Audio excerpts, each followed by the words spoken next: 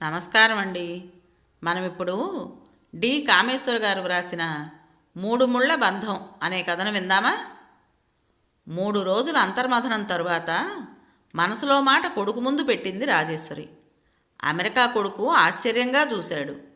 గత 10 ఏళ్లలో ఎన్నిసార్లు రమ్మని పిలిచినా ఏదో ఒక వంక చెప్పే అమ్మ తనంతట తనుగా నన్నోసారి నీతో తీసుకెళ్తావా, కొన్నాళ్ళు ఉండి రావాలనుందిరా అనడం సంతోషంతో పాటు ఆనందాన్నిచ్చింది. నాన్న వస్తానన్నారా? అనుమానంగా అడిగాడు కొడుకు. రాజేశ్వరి తలదించుకుని నేనొక్కర్తినే వస్తాను అని ఆగి, నాకిక్కడి నుంచి 2-3 నెలలు దూరంగా వెళ్ళి ప్రశాంతంగా బతకాలనిపిస్తుందిరా. రాజేశ్వరి గొంతు రుద్ధమయ్యి కళ్ళు తడయ్యాయి. వయసుతో పాటు కాల్చుకు తినడం ఎక్కువైందిరా నాని. అనని మాట లేదు. నోటికి ఎంతొస్తే అంత అందరి ముందు అనడం. ప్రతిదానికి విసుగు కసుర్లు. పడలేకపోతున్నారా? నాకు 70 ఏళ్ళు వచ్చాయి. నేను మనిషినని, నాకు అభిమానం అవమానం ఉంటుందని ఆయన ఎప్పటికీ గ్రహించరు. ఈ వయసులో కూడా వేళకి వండి అన్నీ అమర్చి చాకిరీ చేస్తున్నాననే కృతజ్ఞతన్నా లేదు. ఆయనకొచ్చినట్టే నాకు వయసు వచ్చిందని, ఓపిక తగ్గిందని గుర్తించరు. నా లోటు తెలియాలంటే ఆయన వదిలి కొన్నాళ్ళు దూరంగా ఉండాలని నిర్ణయించుకున్నాను. కళ్ళు తుడుచుకుంది రాజేశ్వరి. తండ్రి సంగతి తెలిసిన కొడుకు తల్లి వంక సానుభూతిగా చూశాడు. ఆమె ఆవేదన అర్థమైంది. నీకెన్నోసార్లు చెప్పానమ్మా, మరీ అంతలా పడి ఉండొద్దని, జవాబిస్తూ ఉండమని. నీవలా ఊరుకోబట్టే ఆయన నిన్ను లోకువ కట్టారు కోపంగా అన్నాడు. నోరు మూసుకుని సహిస్తుంటేనే ఇలా అనే మనిషి జవాబిస్తే సహిస్తారా? నా సహనానికి హద్దుందని ఆయనకి తెలియాలి. నన్ను కొన్నాళ్ళు తీసుకెళ్తావా? నీకు ఇబ్బంది లేకపోతేనే. ఏమిటమ్మా అలా మాట్లాడతావు? ఎన్నిసార్లు పిలిచాను రమ్మని. నాన్నకి ఇబ్బందని, ఒంటరిగా వదిలి రావటం బాగుండదని అన్నావు. అమ్మా, నీకు ఇష్టమైన నాళ్ళు నాతో ఉందువు గాని. అయితే మీ నాన్నగారితో చెప్పి టికెట్టు అది ఏర్పాటు చెయ్యి. నాన్న, అమ్మని ఈసారి నాతో తీసుకెళ్తున్నాను, కొన్నాళ్ళు ఉండొస్తుంది అన్నాడు నరేష్. ఒక్క క్షణంలో విశ్వనాథం గారి మొహం ఎర్రబడి, నేను చచ్చాననే అమ్మని తీసుకెళ్ళటం దురుసుగా అన్నారు. అమ్మకి కొన్నాళ్ళు మార్పు కావాలనుకుంటోంది, నాతో వస్తానంది, తీసుకెళ్తున్నాను, కొన్నాళ్ళు ఉండొస్తుంది. మరో మాట అనే వీలు లేకుండా తన నిర్ణయం చెప్పాడు. కొన్నాళ్ళేం కర్మ, శాశ్వతంగా ఉంచుకో, నాకేం పర్వాలేదు. నా గురించి ఎవ్వరికీ బెంగ అక్కర్లేదు. నా సంగతి నేను చూసుకోగలను. ఉక్రోషం అసహనం ధ్వనించింది గొంతులో. పక్క నుంచి రాజేశ్వరి ఏదో అనబోతే కొడుకు ఊరుకో అని సైగ చేసి, అమ్మ వంట మనిషిని మాట్లాడి మన పద్ధతులు అలవాట్లు అన్నీ చెప్పింది, మీకేం ఇబ్బంది ఉండదు, ఆవిడ ఇంట్లో ఉండి చూసుకుంటుంది. అయ్యో పాపం, నా గురించి అంత యావక్కర్లేదు, నా సంగతి నేను చూసుకోగలను. మొగం ఎర్రబరుచుకుని లేచి గదిలోకి వెళ్ళిపోయారు విశ్వనాథం. రాజేశ్వరి కలవరంగా కొడుకు వంక చూసింది. ఊరుకో అమ్మా, ఆయన సంగతి మనకి తెలీదా? నువ్వు మాట్లాడక ఊరుకో, నేను చూసుకుంటాను. నరేషు అభయం ఇచ్చాడు. 15 రోజుల తర్వాత టిక్కెట్టు వీసా ఏర్పాట్లు పూర్తయ్యాయి. నాన్న, రేపు సాయంత్రం బయలుదేరుతున్నాం కొడుకు చెప్పాడు. తన కోపాన్ని అయిష్టతని గుర్తించి వెళ్ళడానికే భార్య తయారయ్యిందన్న నిజాన్ని ఆయన జీర్ణించుకోలేకపోయారు. మంచిది అన్నారు ముభావం వ్యంగ్యం కలిపి. వంటావిడొచ్చారు. అన్నీ చూపించి చెప్పిందమ్మ, మీకేం ఇబ్బంది ఉండదు. నాకేం ఇబ్బంది? ఎవరన్నారు ఇబ్బందని? కోడిపెట్ట ముసలమ్మ మాదిరి ఈవిడ లేకపోతే గడవదనుకోనక్కర్లేదు. వెళ్ళి శాశ్వతంగా అక్కడ ఉండొచ్చు, నేను చచ్చాననుకుని. ఆఖరి అస్త్రం వదిలారు విశ్వనాథం గారు. అంత మాట అన్నాక భార్య ఆగిపోవచ్చు అన్న ఆశ. మర్నాడంతా ఆవిడ పచ్చళ్ళు పొడులు చేస్తూ స్వీట్లు తెప్పించి సర్దడం, పెద్ద పెట్టె నిండా బట్టలు సర్దుకోవడం చూస్తూ చిన్న పిల్లాడిలా ఉక్రోషపడిపోయారు ఆయన. బాబుగారు, టిఫిన్ పెట్టాను వంట ఆవిడ సీతమ్మ గారు వినయంగా అంది. మీరు పిలవక్కర్లేదు, టైం అయితే నేనే వస్తా. చదువుతున్న పేపర్ వంచి తలెత్తి మొహం చిట్లించి అన్నారు విశ్వనాథం. వంటావిడ మొహం చిన్నబుచ్చుకుని లోపలికి వెళ్ళిపోయింది.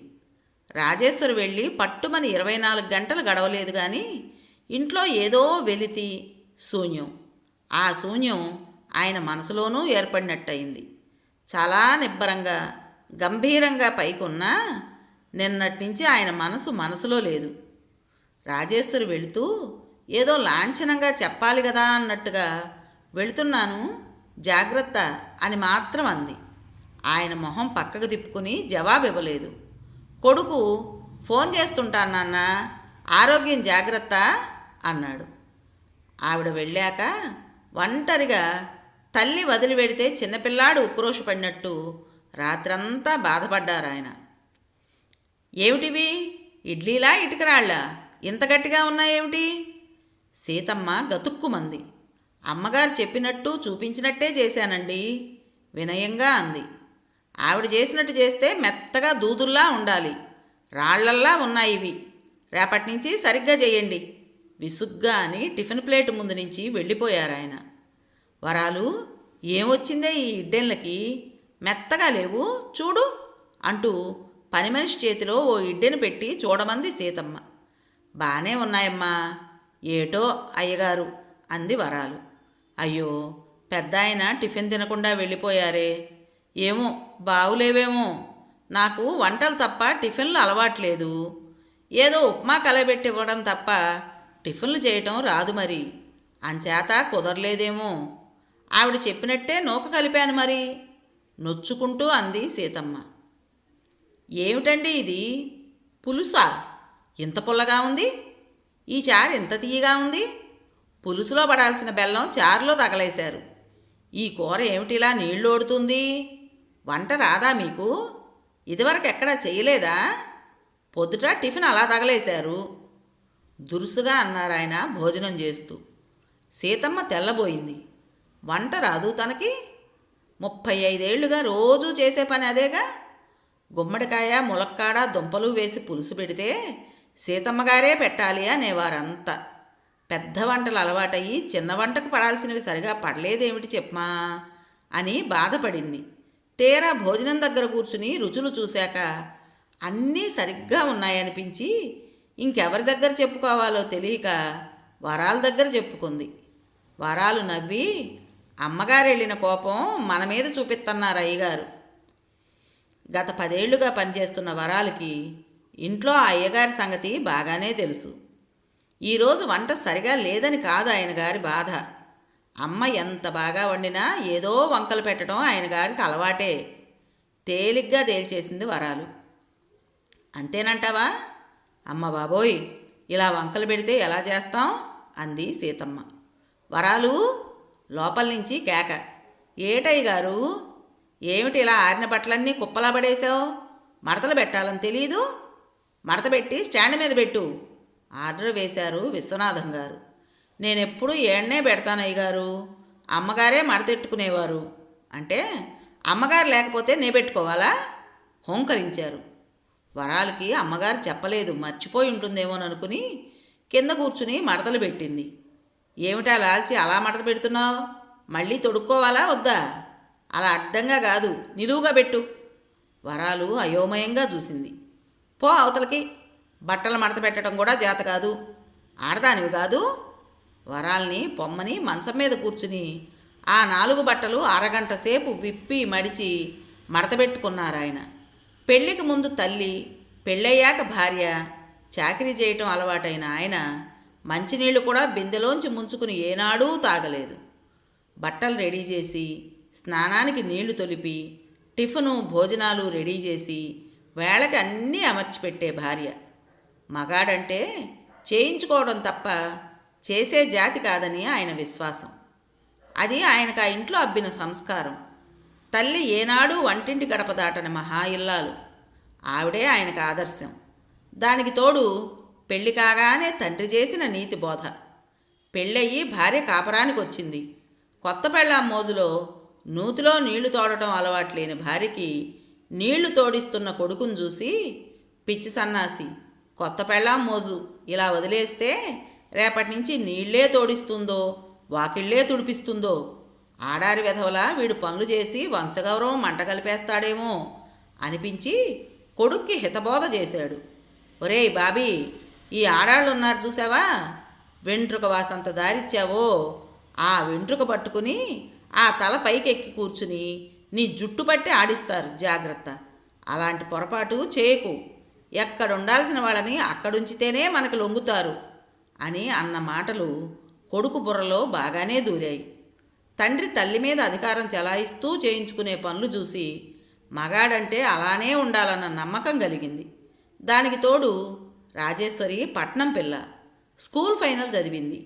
కాన్వెంట్లో చదవడం వల్ల ఇంగ్లీష్ బాగా మాట్లాడేది. పేపర్లు పుస్తకాలు తెగ చదివేది. తల్లిలా వంటింట్లోనే పడి ఉండకుండా పనులయ్యాక నీట్గా తయారయ్యేది.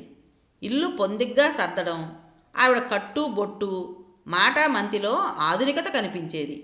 మనసులో భావాలు స్వేచ్ఛగా చనువుగా వ్యక్తీకరించేది. తనకు నచ్చనిది వాదన చేసి తప్పొప్పులు చర్చించి ఒప్పించాలని ప్రయత్నించేది. ఇవన్నీ చూసి ఆవిడ ధోరణి గుర్తించి, అమ్మో, తండ్రి చెప్పింది నిజం, ఆలోచిస్తే తనని లెక్క చేయదు, మొక్కగానే వంచి అదుపాజ్ఞల్లో ఉంచాలని నిర్ణయించుకున్నారాయన. ఆవిడ చెప్పింది ఒప్పుకోకుండా మగాడి మాట ఆడది వినాల్సిందే, ఆడది వంటింటి వరకే పరిమితం అన్న విషయాన్ని ఆవిడకి వంట పట్టించేందుకు కాస్త ఇబ్బందే అయింది ఆయనకి. మొగుడు అయినదానికి కానిదానికి కాలు దువ్వినట్టు ఎందుకు మాట్లాడతాడో, కసిరి చెప్పడం, అథారిటీ చేసి పనులు చేయించుకోవడం ఎందుకు, సౌమ్యంగా చెప్పరాదా అని బాధపడేది. ఆ మాట అంటే నోరు మూసుకో, నీ అతి తెలివి నా దగ్గర కాదు అని ఎగిరే భర్త మనస్తత్వం ఆమెకి అర్థమయ్యేది కాదు. నొచ్చుకునేది. వాదిస్తే మరింత కోప్పడి రోజుల తరబడి మాట్లాడకుండా సాధించే భర్తని చూసి బాధపడేది.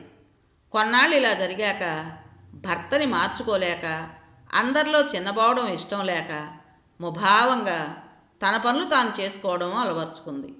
ఉద్యోగానికి వేరింటి కాపురానికి వచ్చినా ఓ అచ్చటా ముచ్చటా లేకుండా గంభీరంగా ఉండే భర్తని చూసి అతని మనస్తత్వం అంతే అని సరిపెట్టుకుని సర్దుకుపోవడం అలవాటు చేసుకుంది.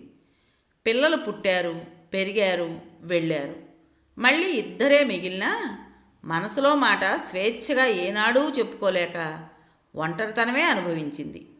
తన పని, తన పూజ, మొక్కలు, పుస్తకాలు, పాటలు వినడం తన కాలక్షేపంగా చేసుకుంది.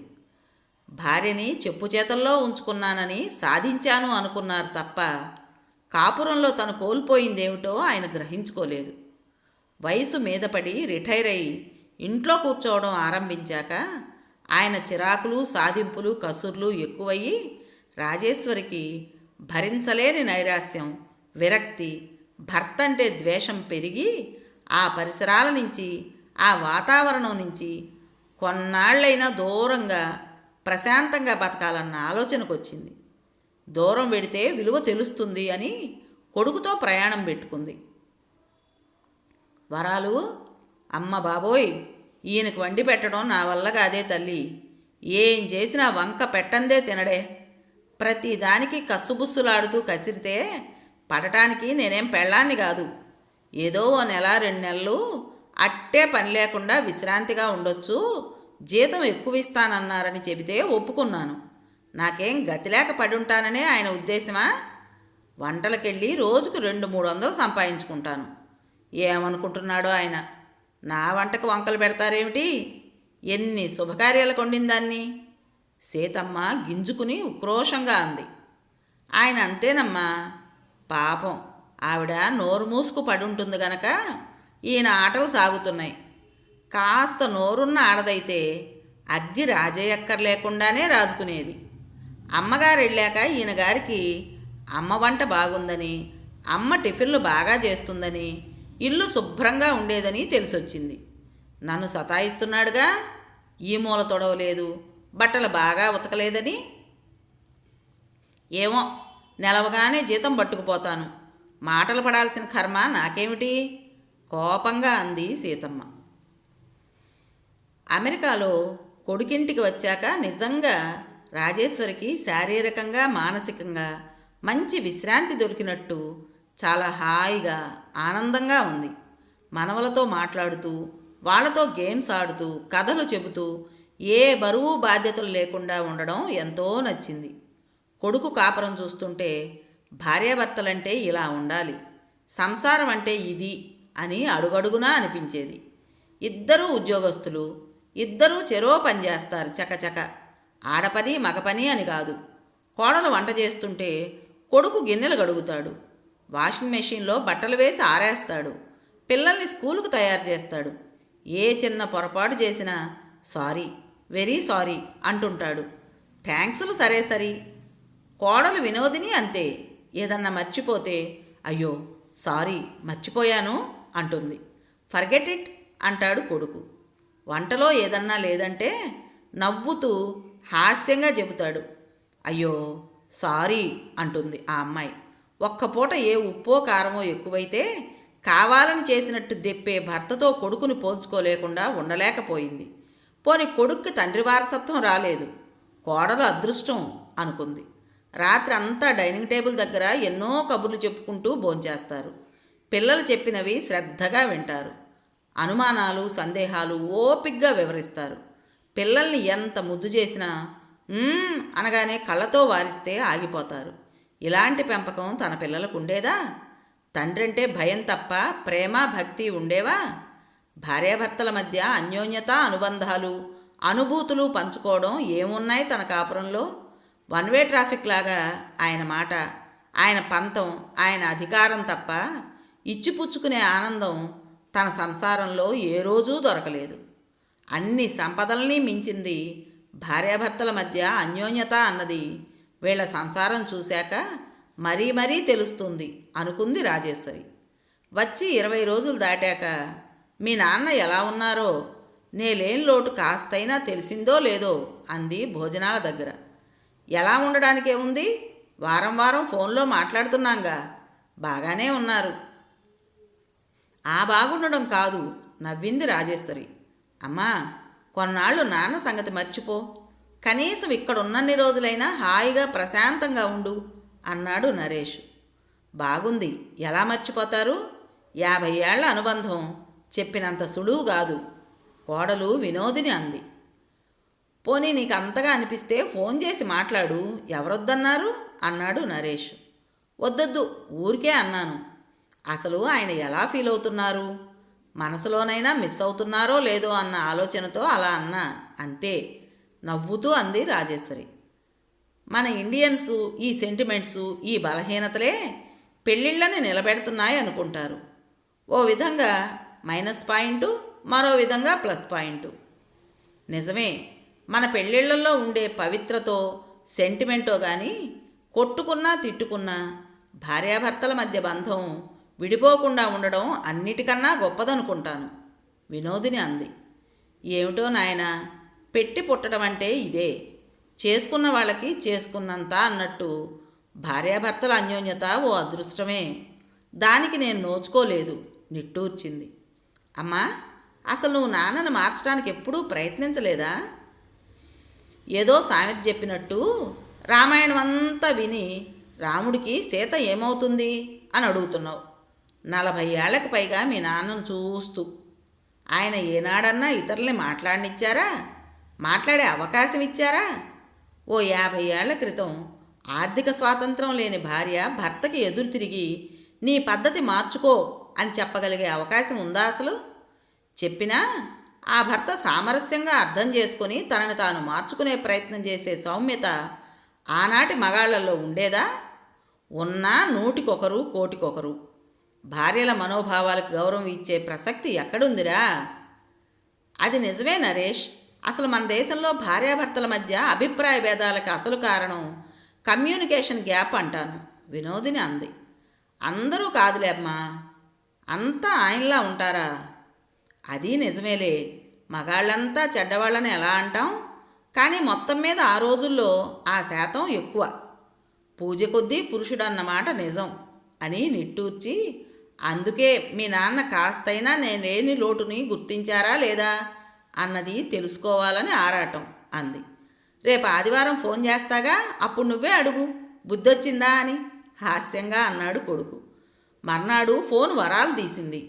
అయ్యగారు స్నానం చేస్తున్నారండయ్యా అంటూ గబగబా ఆరాటంగా, అబ్బాయి గారు, అమ్మగారికి చెప్పండి, వంటావిడ వెళ్ళిపోయింది, హోటల్ నుంచి తెచ్చుకు తింటున్నారు. ఆ భోజనం పడక 2 రోజుల నుంచి ఇరేచనాలు, నీరసపడిపోయారు. ఫోన్ అమ్మగారికి ఇయ్యండి బాబూ. రాజేశ్వరికి అన్నీ చెప్పాలన్న ఆరాటంతో అంది వరాలు. ఫోన్ అందించాడు నరేష్. రాజేశ్వరి ఆందోళనగా, ఎందుకు వెళ్ళిపోయిందే సీతమ్మ? వచ్చే వరకు ఉండమని మరీ మరీ చెప్పాను కదా. ఎందుకేటమ్మా? సాధిస్తే తిడితే పడతారేంటి? మీరేంటి ఊరుకోవడానికి? మీరెళ్ళాక అయ్య కోపం మరీ ఎక్కువైందమ్మా. నన్ను తెగ సాధిస్తున్నారు. బేగా వచ్చేయండమ్మా. వరాలు అన్న విశ్వనాథం గారి కేక. ఎవరితో మాట్లాడుతున్నావు? పెట్టే ఫోను. నిన్నెక్కడ విషయాలు చెప్పమని ఎవరు చెప్పారు?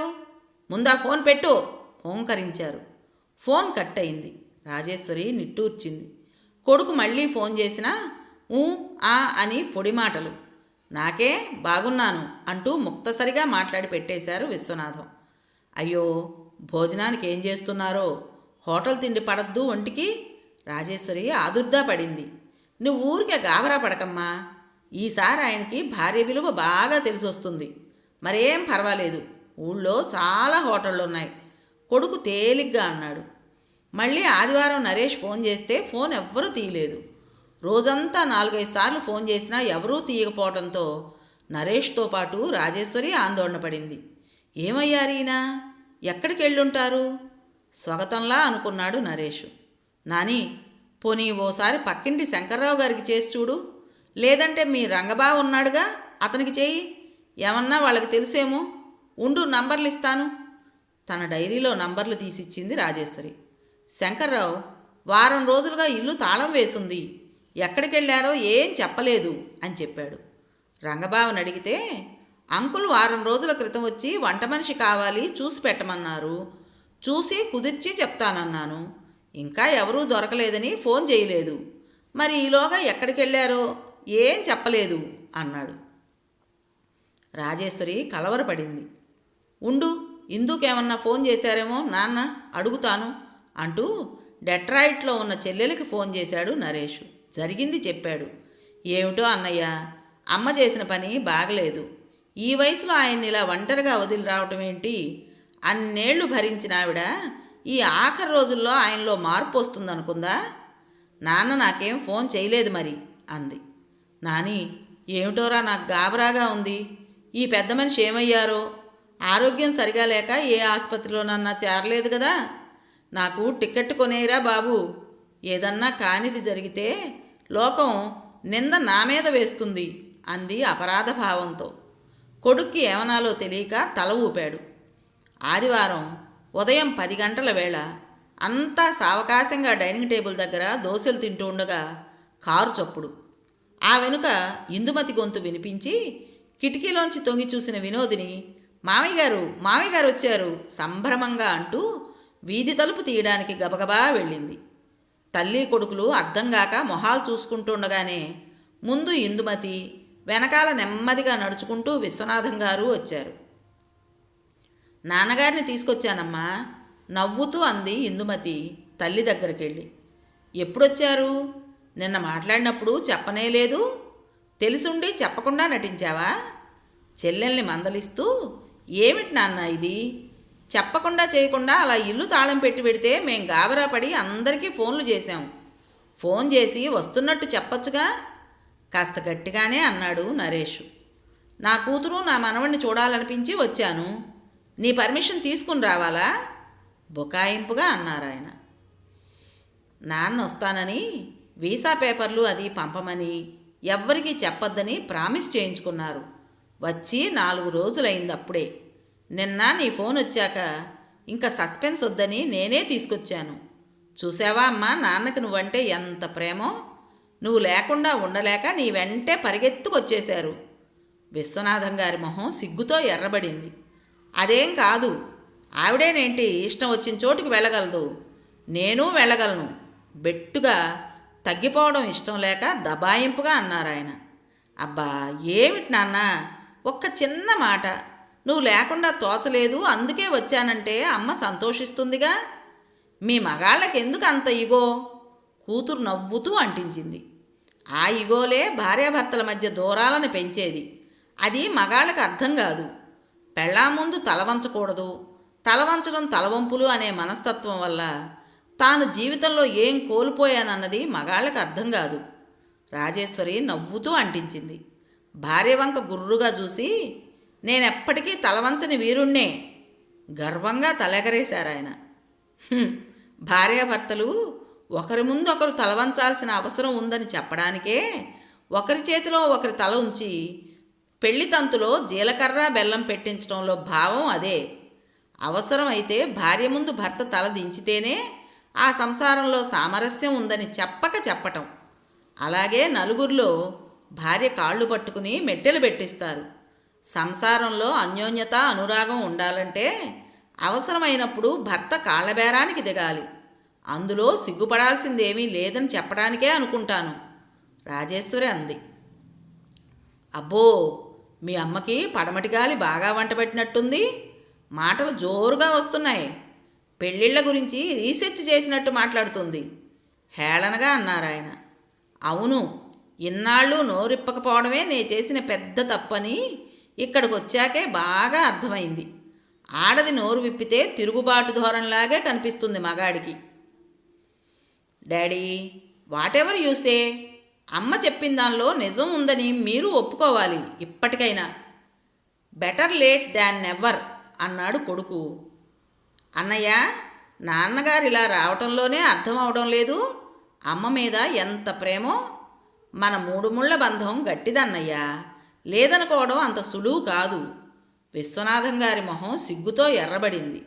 పంతంగా తల అడ్డం తిప్పుతూ భార్య వంక తలెగరేసి చూసి, I will never surrender to her పంతంగా అన్న ఆ గొంతులో సామరస్యం తప్ప పట్టుదల కనపడలేదు. కొడుకు కూతురు నవ్వారు. ఆయన మొహం చూస్తూ రాజేశ్వరి నవ్వుకుని, ఏడిశారు. నెల రోజులకే మొహంలో పళ్ళు కళ్ళు వెళ్ళుకొచ్చాయి, బుకాయించకండి అని చెవి మెలేసి చెప్పాలనిపించింది. వెంటనే అంత సామరస్యం సరసం ఉంటే ఇంక కావలసిందేముంది అనిపించింది. చిన్నప్పుడు కొడుకు అన్నం తిననని మారాన్ చేస్తూ ముద్ద నోట పెట్టకుండా పెదాలు బిగించి కూర్చుంటే, పిచ్చి వెధవాయమ్మా, అమ్మ మీద కోపం వస్తే అన్నం మీద చూపిస్తారా అంటూ సుతారంగా నెత్తిన జల్లకాయ వేసినట్టు మొగుడి నెత్తిన ఒక్కటి వేసి లాలించాలనిపించింది ఆ క్షణాన ఆవిడలోని తల్లి మనసుకి. విన్నారు కదండి, మూడు ముళ్ళ బంధం. మరి ఈ కథ మీకు నచ్చిందా? నచ్చినట్టయితే లైక్ చేసి మరో నలుగురికి షేర్ చేయండి. అలాగే ఇటువంటి మంచి మంచి కథలని వినడం కోసం కొత్త వాళ్ళు మన ఛానల్ని తప్పకుండా సబ్స్క్రైబ్ చేసుకోండి. ఇంత మంచి కథను మనకు అందించిన రచయిత్రి డి కామేశ్వరి గారికి మనందరి తరపున హృదయపూర్వకంగా ధన్యవాదాలు తెలుపుకుంటూ, రేపు మరో మంచి కథతో మీ ముందుకు వస్తాను. అప్పటి వరకు ఉంటానండి.